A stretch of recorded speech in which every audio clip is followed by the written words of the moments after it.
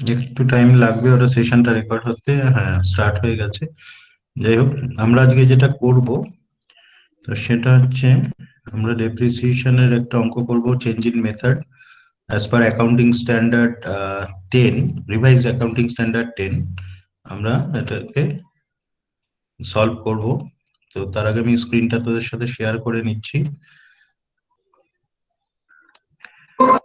তোরা roll number গুলো ওখানে লিখতে থাক, কোনো অসুবিধা নেই।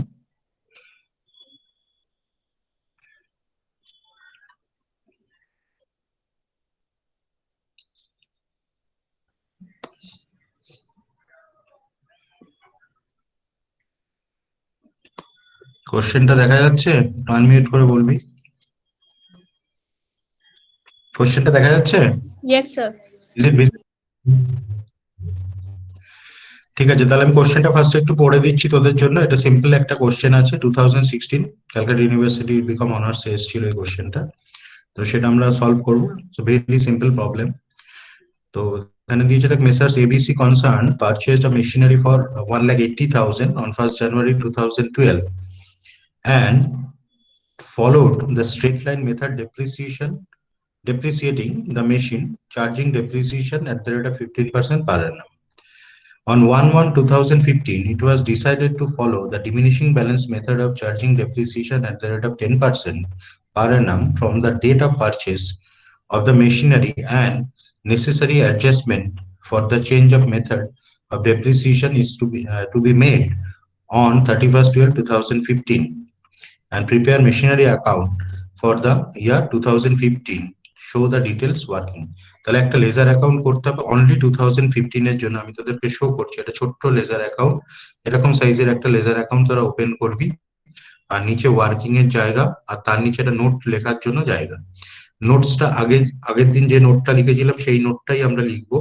আগের দিন যদি কেউ মিস করে থাকিস, আমি আজকে আবার তোদের নোটটাকে বলে দেবো, সেটার জন্য কোনো অসুবিধা নেই। তো ফার্স্ট অফ অল দেখ আমাকে এখানে কি বলেছে। আমাকে 1st January 2012-এ 1,80,000 দিয়ে এই মেশিনারিটা কিনেছিল। এবার মেথডটা চেঞ্জ হচ্ছে কবে? 1/1/15-এ গিয়ে। তার মানে 1/1/12 থেকে 31st 12/2014 অব্দি স্ট্রেট লাইন ডেপ্রিসিয়েশন চলেছে। মানে 2012, 2013 অ্যান্ড 2014 এই 3 বছর হচ্ছে স্ট্রেট লাইনে ছিল। 2015-এ গিয়ে আমার ওটাকে ডিমিনিশিং ব্যালেন্স মেথডে কনভার্ট করতে হয়েছে। তাহলে ফার্স্টে আমাকে যেহেতু এবার দেখ বলেছে 1/1/15, আমাকে মেশিনারি অ্যাকাউন্টটা প্রিপেয়ার করতে বলেছে 2015-এর। তাহলে শুধুমাত্র 2015-এর যখন আমাকে দেখতে হবে, অ্যাকাউন্টটা যখন করব, তাহলে আমাকে 1/1/15-এ আমার এই পার্টিকুলার অ্যাসেটটার ব্যালেন্স কত ছিল সেটাকে ফার্স্টে ক্যালকুলেশন করতে হবে। তো ফার্স্টে আমরা ওয়ার্কিং এ চলে যাচ্ছি। একটু ওয়ার্কিংটায় যা আমার সাথে, তোরা একটু ওয়ার্কিংটাকে লিখবি।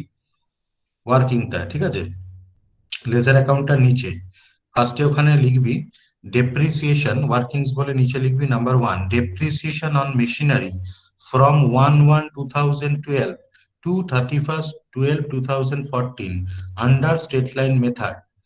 ঠিক আছে, তাহলে 12, 13 আর 14 3 বছরের ডেপ্রিসিয়েশন আমাকে চার্জ করতে হবে। তো স্টেট লাইন মেথডে তো আমি সিম্পলি ক্যালকুলেশন করতে পারবো।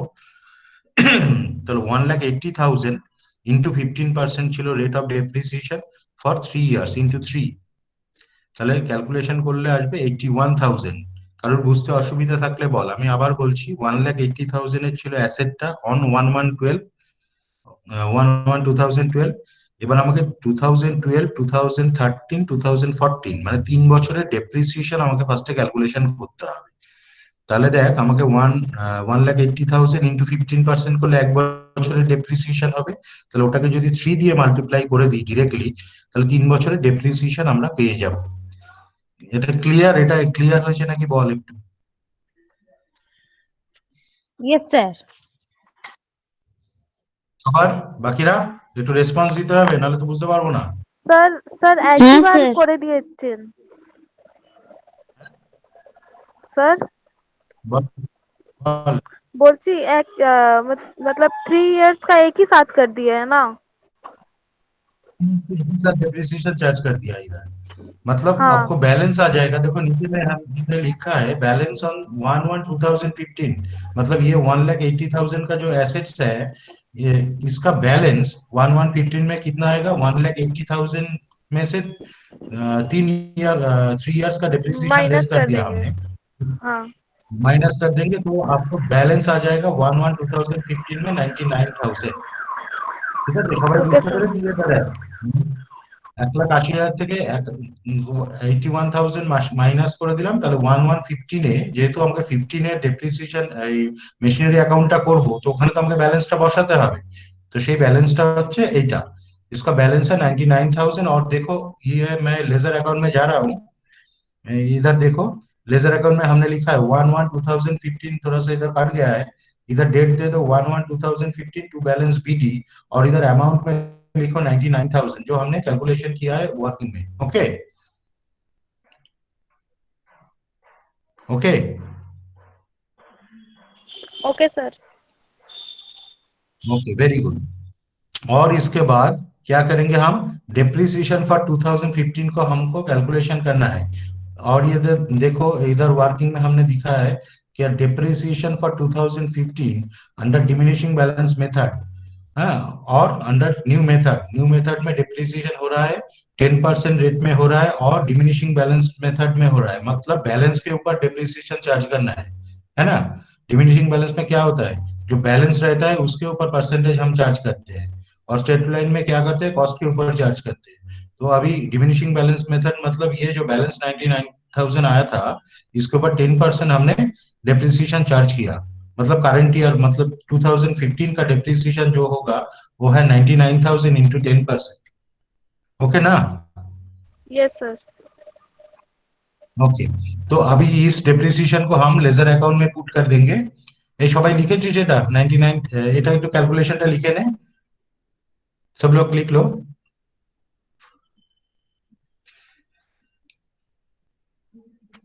স্যার পুরো ওয়ার্কিংটা আরেকবার দেখান তো, 2 নম্বরটা দেখা যাচ্ছে শুধু। আচ্ছা এই যে 1 নম্বরটা, 1 2 দাঁড়া, এই ক্লিয়ার? হ্যাঁ স্যার। লিখে নে তারপর আমি বলছি, কোনো অসুবিধা নেই। হয়ে গেলে শুধু আমাকে একটু রেসপন্স করবি যে স্যার হয়ে গেছে,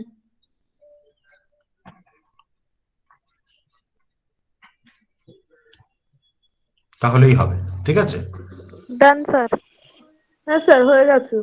ओके, সবার সবার হয়েছে? सबका हो गया? Yes sir.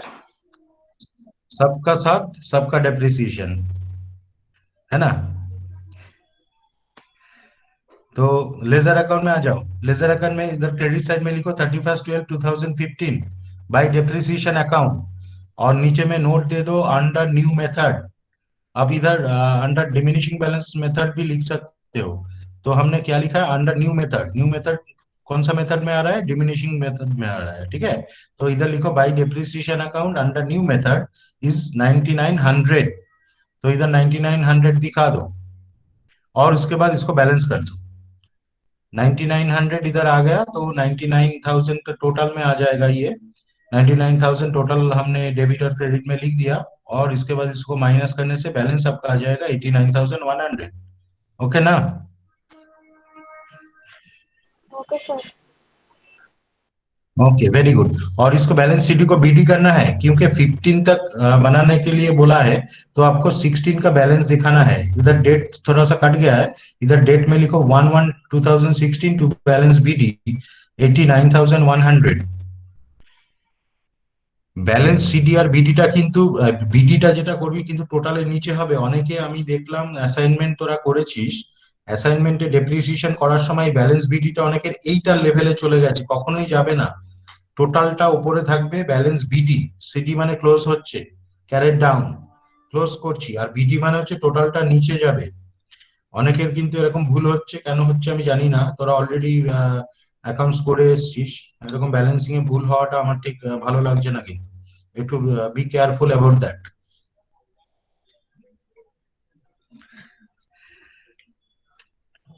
ঠিক আছে, সবাই laser account complete? Yes sir. Sir. Yes sir.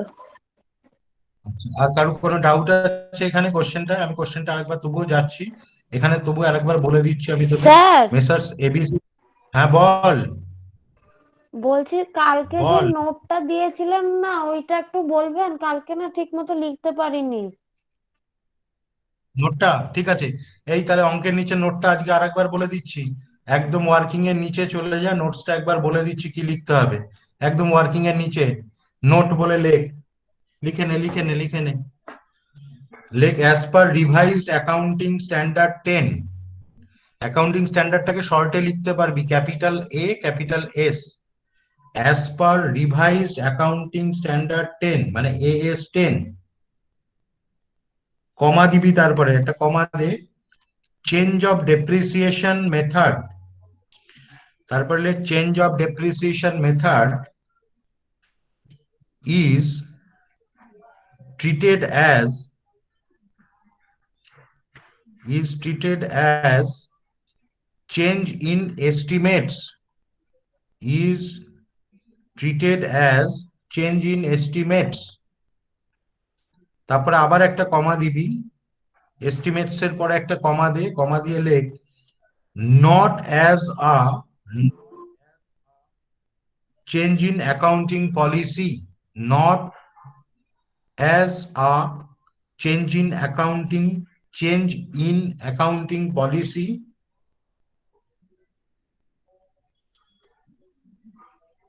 হয়েছে? চেঞ্জ ইন অ্যাকাউন্টিং পলিসি অবধি হয়েছে? Yes, sir. হ্যাঁ sir. and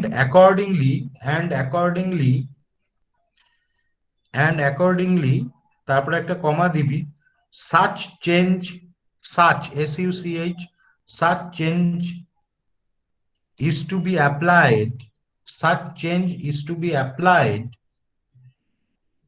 such change is to be applied for the current and future period, for the current and future periods, such change is to be applied for the current and future periods, ব্র্যাকেটে লিখবি that is prospectively, ব্র্যাকেটে that is মানে I full stop ই দিলেই that is হয়ে যায় জানিস, that is prospectively,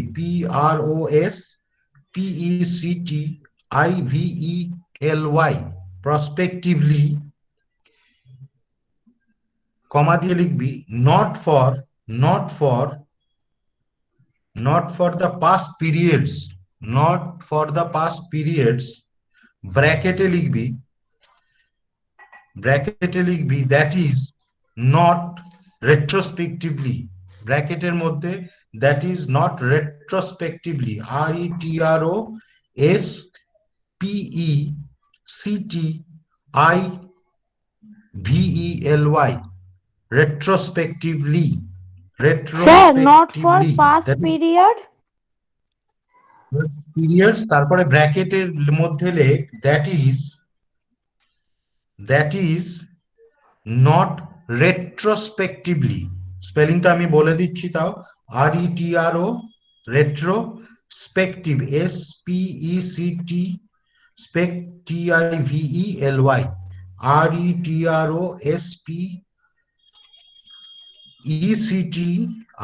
RETROSPECTIVELY, retrospectively। Okay, retrospective effect মানে হচ্ছে পুরনো থেকে এফেক্টটাকে নিয়ে আসাটাকে বলে রেট্রোস্পেকটিভ এফেক্ট, আর প্রসপেকটিভ এফেক্ট মানে হচ্ছে কারেন্ট ইয়ার থেকে আমি যখন এফেক্টটা দিচ্ছি। তো আমাদের যে আগের যে অ্যাকাউন্টিং স্ট্যান্ডার্ডস ছিল, অ্যাকর্ডিং টু অ্যাকাউন্টিং স্ট্যান্ডার্ড 6 যেটা ছিল, সেটাতে আমাকে কিন্তু রেট্রোস্পেকটিভ এফেক্টের ওখানে কথা বলা ছিল। তো আমরা যেহেতু আমরা আফটার 2016 ওই অ্যাকাউন্টিং স্ট্যান্ডার্ডটা চেঞ্জ হয়ে গেছে, চেঞ্জ হয়ে গিয়ে accounting standard revised accounting standard 10 হয়ে গেছে। এরপরেও চেঞ্জেস এসছে, সেগুলো পরে আমরা ডিসকাশন করব, সেটাকে আমরা ইন্ডাসের মধ্যে যেটাকে বলছি সেইভাবে আমরা দেখাচ্ছি যেরকম হয়। তো সেটা হচ্ছে রিভাইজড অ্যাকাউন্টিং স্ট্যান্ডার্ড 10 যেটা আমাকে বলছে সেটা হচ্ছে আমাকে রেট্রোস্পেকটিভ এফেক্ট কোনো কিছু দেখাতে হবে না, অনলি এফেক্ট আমাকে দেখাতে হবে কারেন্ট ইয়ারের। এই নোটটা কিন্তু তোদেরকে দিয়ে দিতে হবে, যখনই তোকে কোশ্চেনে যদি রেট্রোস্পেকটিভ এফেক্ট বলে তাহলেও কিন্তু তুই ওখানে নিচে যদি নোটটা দিয়ে দিস যে as per accounting standard, revised accounting standard 10 2016 বলে এই নোটটাকে যদি লিখে দিস, দিয়ে তুই প্রসপেক্টিভ এফেক্ট দেখাস, তাহলে তোর অঙ্কটা একদম কারেক্ট আছে। ঠিক আছে? এখনো অনেকে চেঞ্জেস করেননি, আপ টু ডেট যদি থাকতে হয় অ্যাকাউন্টিং স্ট্যান্ডার্ডস গুলোকে আমাদের ফলো আপ করতে হয়, তো করে সেটাকে আমরা কমপ্লিট করে দিতে পারবো। তাহলে আমি স্টপ করে দিচ্ছি শেয়ারিংটা স্টপ করবো। Yes, sir. ওকে ওকে, তাহলে স্টপ শেয়ারিং করে আমরা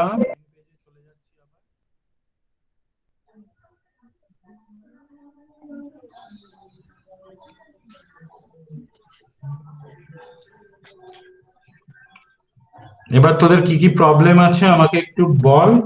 বিফোর দ্যাট আমার একটা মনে হয় কল এসছে, আমি একটু কলটা ধরে নিচ্ছি 1 মিনিট, তারপরে তোদের সঙ্গে